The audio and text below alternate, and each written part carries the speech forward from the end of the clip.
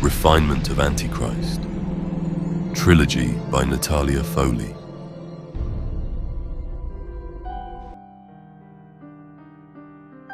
Chapter 22. His room had been reserved at the New Yorker Hotel, a 43-story Art Deco giant proudly rising at the corner of 8th Avenue and 34th Street in Midtown Manhattan. The brochure described it as a vertical town, promising swift, unobtrusive service, modern luxury and unmatched quality of food. A self-important bellman immediately took Ronald's luggage and led him into the main lobby, a space so vast and gloriously designed that Ronald could hardly believe his eyes. Everything here was so immense, so grand, that he felt as though he was seeing it for the first time in his life, utterly and completely shocked. Though, of course, he had been here before, long ago, in his previous life as a street boy, a life that now seemed almost unreal. After spending several years adjusting to European style and indulging in the subtleties of European luxury, everything in America now captivated his imagination. "It certainly feels like home," Ronald whispered to himself. "Pardon me?" a polite receptionist asked, believing Ronald had spoken to him, though he hadn't caught the words. "Oh no, never mind," Ronald smiled back. "Do you have my suite ready?" It was indeed ready. His suite was located on the 41st floor, a level served only by specially reserved elevators for VIP guests, inaccessible from the other 22 elevators that traveled at 800 feet per minute, ferrying guests throughout this vertical city. The size of the suite was staggering. Ronald was a hotel owner himself. He knew what luxury meant and how important it was for guests. Yet nothing he had seen in Europe could have prepared him for this sheer, overwhelming scale.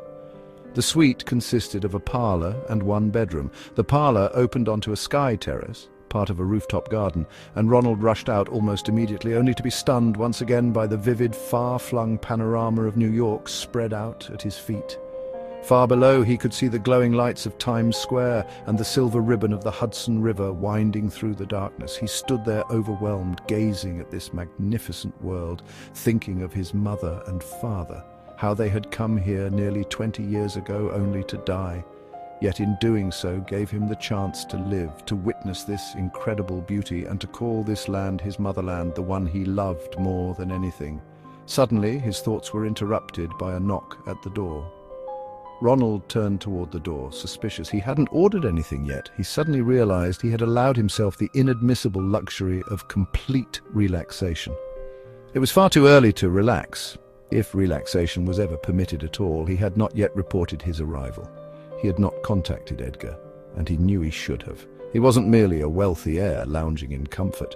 He had earned the right to all this through duty, and that duty was far from excused. The knock at the door was a timely reminder. Ronald pulled himself together. There shouldn't be anyone at the door. Had he been followed? Was he being watched? If so, by whom? Friend or enemy? Since he had no allies, the answer was clear. He glanced around for a weapon, anything that could be used in case of unwanted intrusion, but found nothing except a pair of ice tongs, which were practically useless. "Who's there?" he finally called out. "It's your breakfast, sir." Ronald checked the clock. It was only 10 a.m. Breakfast could still be served, but he hadn't ordered any. "I didn't order breakfast," he responded. "It's included, sir," came the reply, polite, patient, and entirely free of aggression. Well, perhaps breakfast on the open balcony would make a fine beginning to his first New York day. He decided to open the door and did so cautiously. A hotel employee rolled in a large wheeled table, covered with a crisp white napkin. Beneath it, the air was rich with the scent of fresh coffee and warm French croissants. Ronald stepped aside to let the trolley in, so he didn't see the servant's face, only his back. And yet something about it seemed vaguely familiar. Suddenly, Ronald knew. It took him less than a fraction of a second. He smiled and said calmly, "Hello, Edgar." The servant turned, and there he was. Edgar Hoover stood before him, lips curled in a crooked smile, eyes both mischievous and welcoming at once. Suddenly, Ronald could no longer contain himself. He stepped forward, embraced Hoover, and they stood like that for a moment. Warm, happy, alive, with the quiet joy of reunion. Then, just as quickly, they stepped apart. This moment of emotion was all they could allow themselves. After all, they were still at work. "Look at you," Hoover said, studying Ronald from head to toe. Ronald could see the approval in his eyes. "Surprised to see me alive?" Hoover grinned.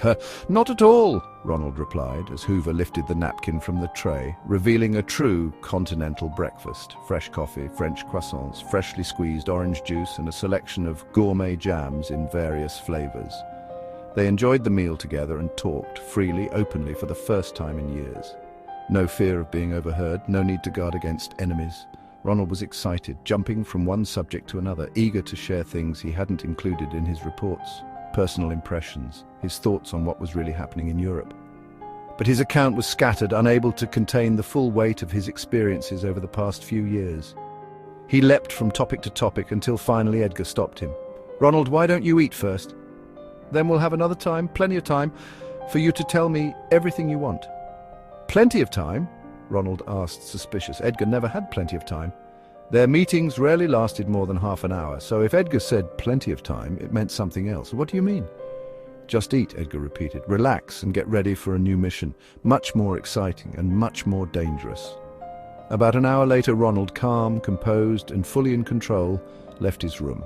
He approached the reception desk, paid for his suite for the next 10 days at the rate of $11 per day, then exited the hotel. He refused a cab, instead jumping into the Jersey Tube subway, trying to blend in with the crowd.